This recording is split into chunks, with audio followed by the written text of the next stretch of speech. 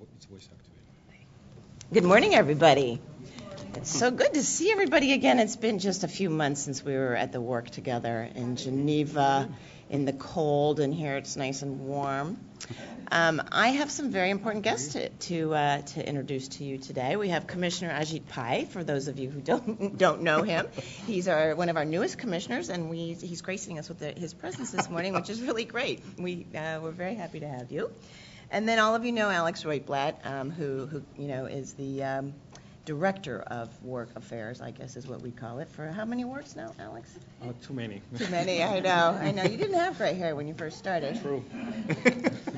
And then I have to say, it's my distinct pleasure to introduce the new chair of the Work 15 Advisory Committee, Scott Harris, and then the vice chair, Diane Cornell. And you guys may say, is this 1995? It's Mindell and all her best friends. Well, yes, that's true.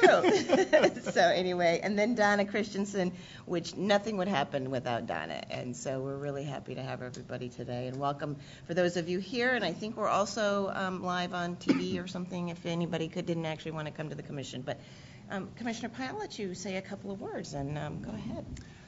Oh, thank you, Mandela. First of all, I'm neither important nor am I gracing anybody with anything, so I have to make that disclaimer very clear at the outset. But I did want to stop by and say hello, and also to say thank you to obviously the folks up here, but as well as all of you for participating in the committee.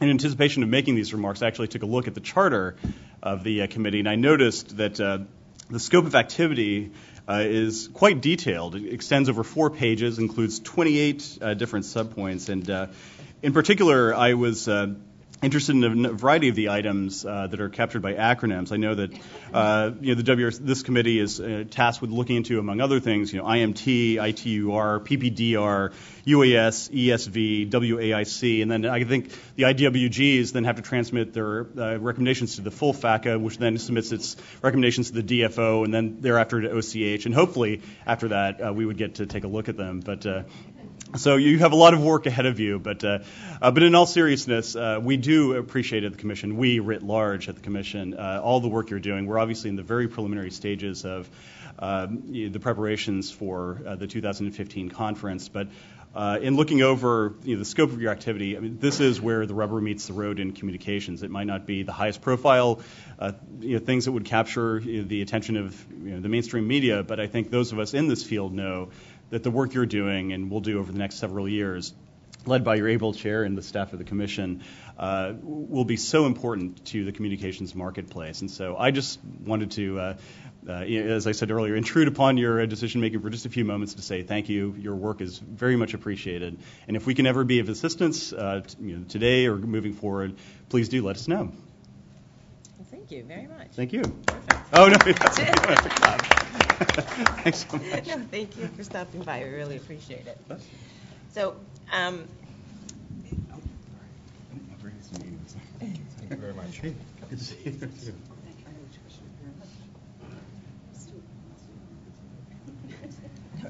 Good day. So, I did want to say a couple of words because I'm sure you all are quite confused as to the configuration of the WEC and how it came out. I mean, if you think about it, the last time we prepared for such a meeting, it was we started in 2008. It would have been for the 2012 conference.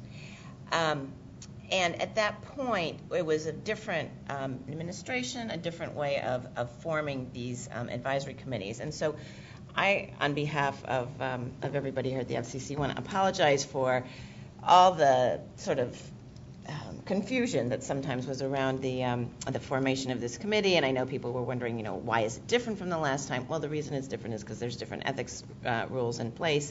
And so we just ended up having to do things a little bit differently. And it's because our advisory committee is a little different than the way most advisory committees work. We're very open to everybody. We want to have as many people as possible participate.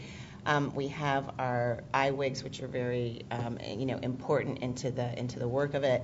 It was a little bit hard to get the attorneys who were sort of looking at it from the very strict ethics point of view to figure out how to get that to work with the way that we're working, with other agencies as well. So I think what we've got now is a good way forward. And so I just wanted to say I'm sorry if there was any confusion, and I'm sorry you had to send multiple emails to swear to God that you were, whoever you were and whatever else. So I think we're set though, and I think we won't need to be continuing doing that. But I think I will turn it over to Scott for a few words now. Great, thank you. So it's great to see you all again, and those of you who remember 1995 do not need to raise your hands. I can recognize you by the color of your hair or whatever. So when I got the call to be asked to participate in this, I actually thought it was a mistake, because my response, didn't you just have the work? And so obviously the commission is much better in doing this than it was back in 1995. Don't take that the wrong way.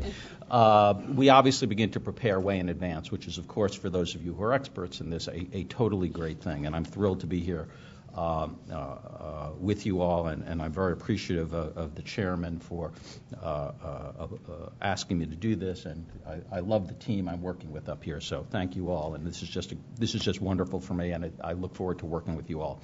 So you're experts. I do, in fact, recognize almost all of you.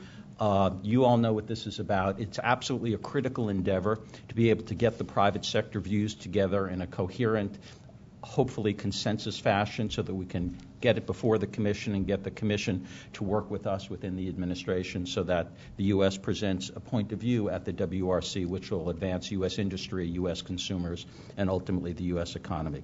This is a critical endeavor. As the commissioner said, as we go, ideally, so goes the world. And it's important that we manage to get our view out there in a coherent and powerful way, because it really has an enormous effect on the communications industry, not just in the United States, but globally. Those of you who've been doing this, you've seen this every 4 years, and you actually can look at the services being offered today all around the world, where when I came to the International Bureau, they simply did not exist. And it's not just the advancement of technology, which is a lot of it, but also creating the rules that enables that technology to be used and to grow. So thank you all for doing this. It's a pleasure for me to be here with you guys. Okay, thank you, Scott. It does, in fact, seem like just a few moments ago that we left the last work, and it's hard to imagine the freezing cold that we all hunkered down in Geneva as we walked into the commission today. But it really hasn't been that long. I think the one thing we all learned from the last few works, especially, it was true earlier, but I think even more so in recent years, is that other regions are getting prepared earlier and earlier. And preparing U.S. positions well in advance really is absolutely critical to a successful outcome. You all know that oh so well. We're only 3.5 years away from the next conference, and less than 3 years from the next conference prep meeting. And there are some very big issues on the agenda, so there's a lot of hard work to be done, and the sooner we get to it, the better. Your roles as participants in this work advisory committee process is in developing clear and effective positions early in the cycle is really critical to a successful U.S. process, and thank you again for participating. I, too, would like to thank the FCC chairman for honoring us as serving in our roles as chair and vice chair of this committee, and I look forward to working with all of you. Thank you. Okay, so let's actually get to work. You should all have 4 documents. The first document is the charter. Apparently, Commissioner Pai read it. I'm sure he is the only one, with the exception of Alex. I commend this to you to read at least one time, because it does, in fact, set the outer limits of what we can and cannot do. I do not imagine we will need to refer to it again, but if we do, this is our governing document. So just note that and see if he was telling the truth about all of the different acronyms that are in there. I suspect he left a few out. The next thing we have to deal with is the agenda, which is WAC 002. I'd appreciate if you'd all take a look at that and see if you have any comments or wish to make any changes, and if not, I would ask for a motion from a committee member to approve the agenda. Second? All in favor? Done. Okay. Next, if you turn to document number 003, this actually does bear a little bit of review. It is the advisory committee structure, which Alex and team have worked on very carefully, and I know he's been in touch with many of you about. The idea is that the work of this committee will be organized into 4 informal working groups. I have to say, again, I know just about everybody who's a chair or vice chair of these groups, and we have the best of the best here, so I'm thrilled to have this team. They are smart, they are able, and they are experienced. Some over many, many years, but I won't tell you which ones. I'll just run through it quickly for you. The IWG-1 chair, which is Maritime, Aeronautical, and Radar Services, is Audrey Allison. The vice chair is Kim Hutchison. And our IB coordinator, Chris. That isn't what I said? Kim. I'm sorry, Chris Hutchison. I'm looking at, okay. And our IB coordinators are Michael Mullenix, Alan Yang, and Dante Ibarra. Terrestrial Services, IWG2, the chair is Charlie Rush. The vice chair is Jane Stankavage. And the FCC coordinators for that one are Dante again, Michael Mullenix again, and Larry Olson.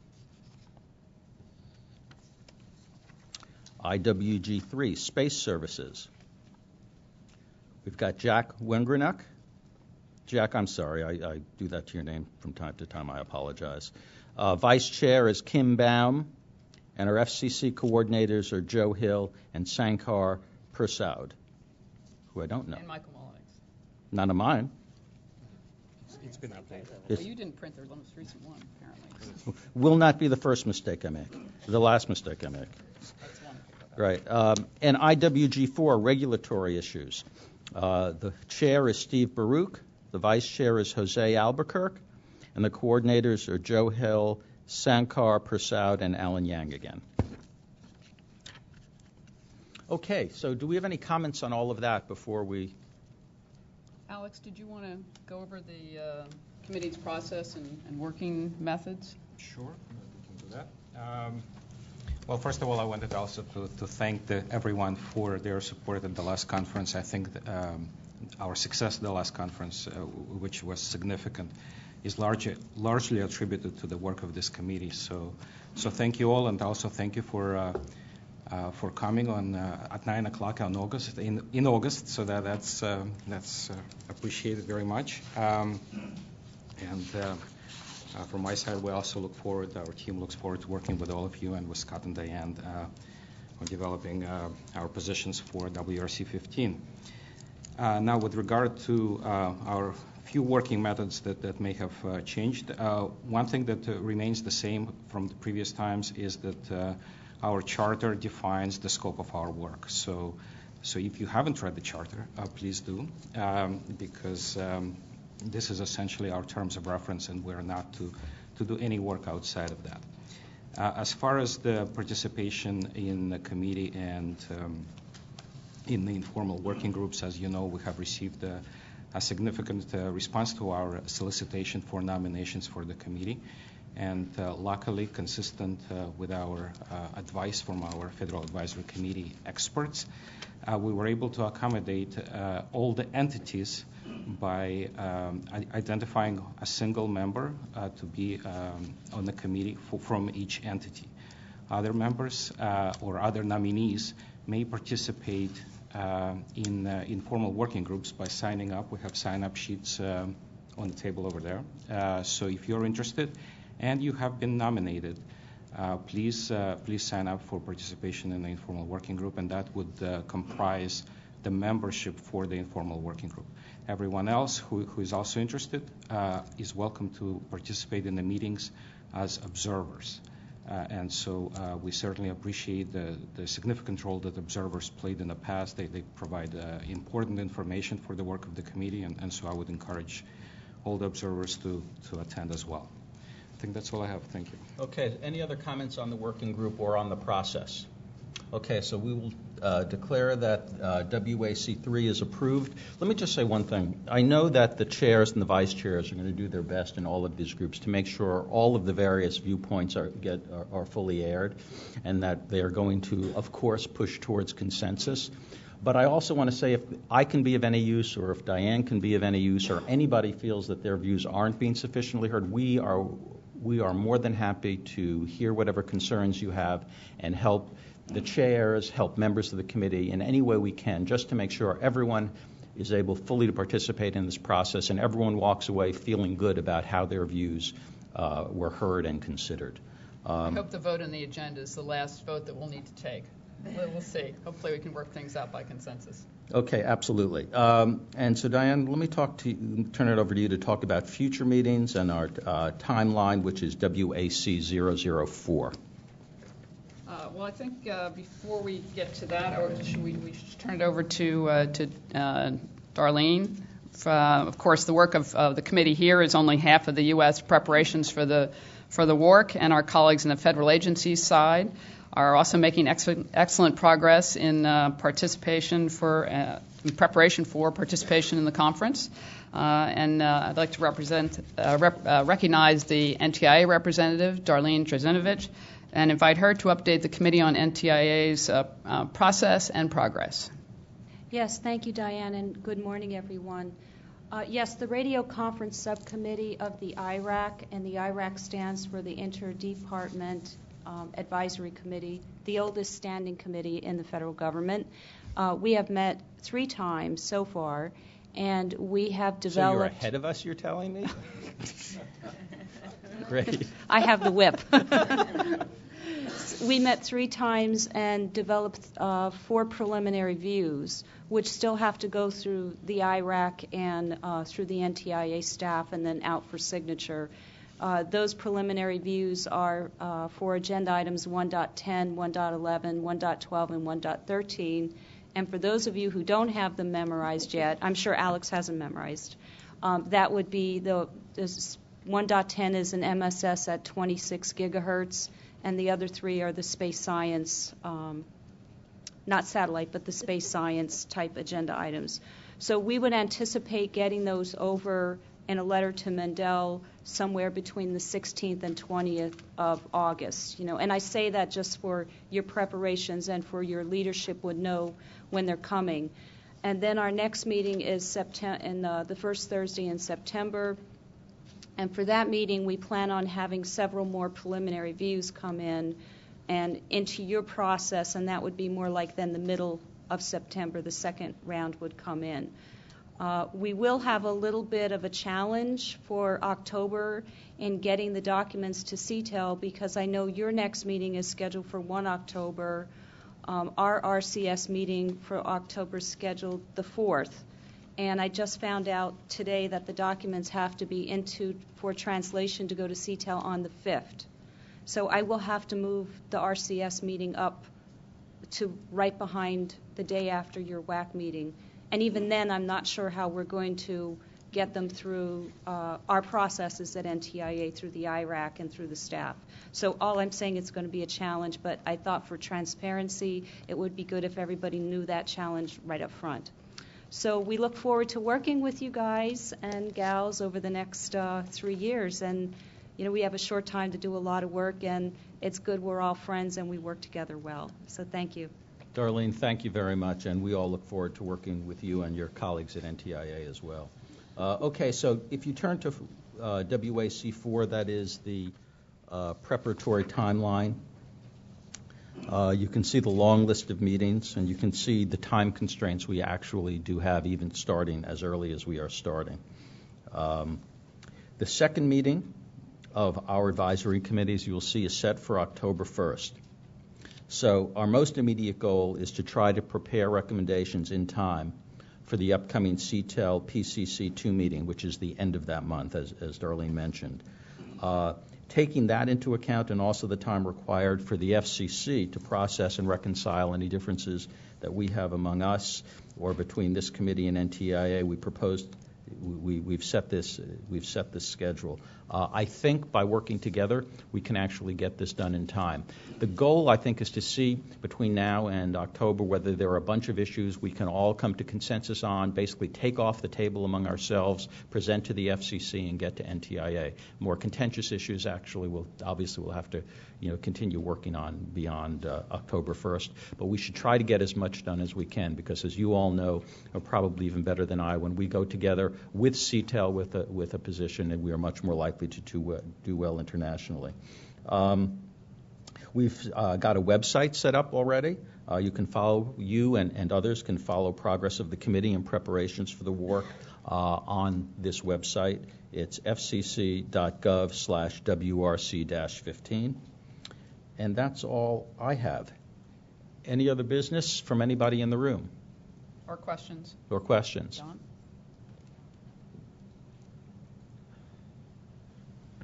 Thank you, Don Jansky, Barnett Telecom. As I looked at the schedule, and as we have just recently finished a lot of working party meetings, for each of the agenda items, one of the big things that is an output from all of those is a work plan.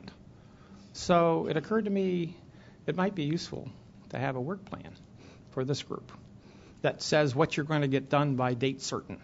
It occurred to me as I was looking at that schedule. In other words, I look down here and I say, well, when are we going to have our preliminary reviews ready? I don't know. CTEL's already been mentioned. It would seem to me a work plan that specifies when we are trying to accomplish X would be over time Y, would be a very useful document.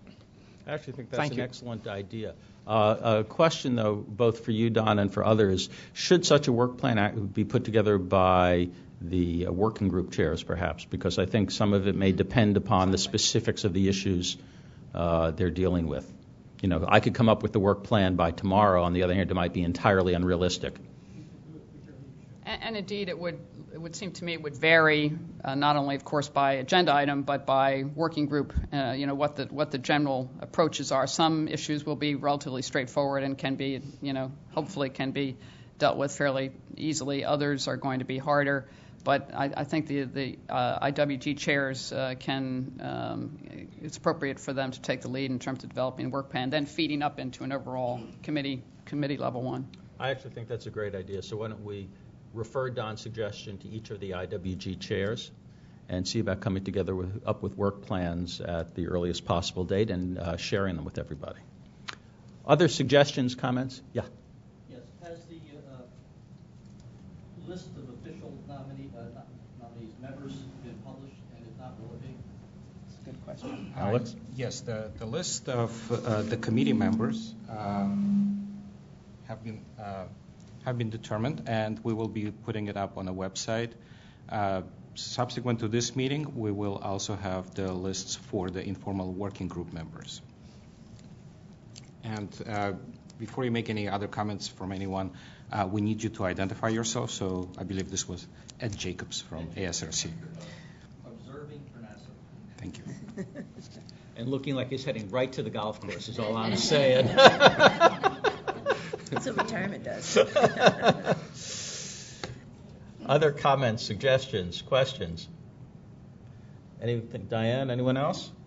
All right. Well, thank you all for coming out today. It really is great to see you guys, and I look forward to working with you. Good job. Efficient.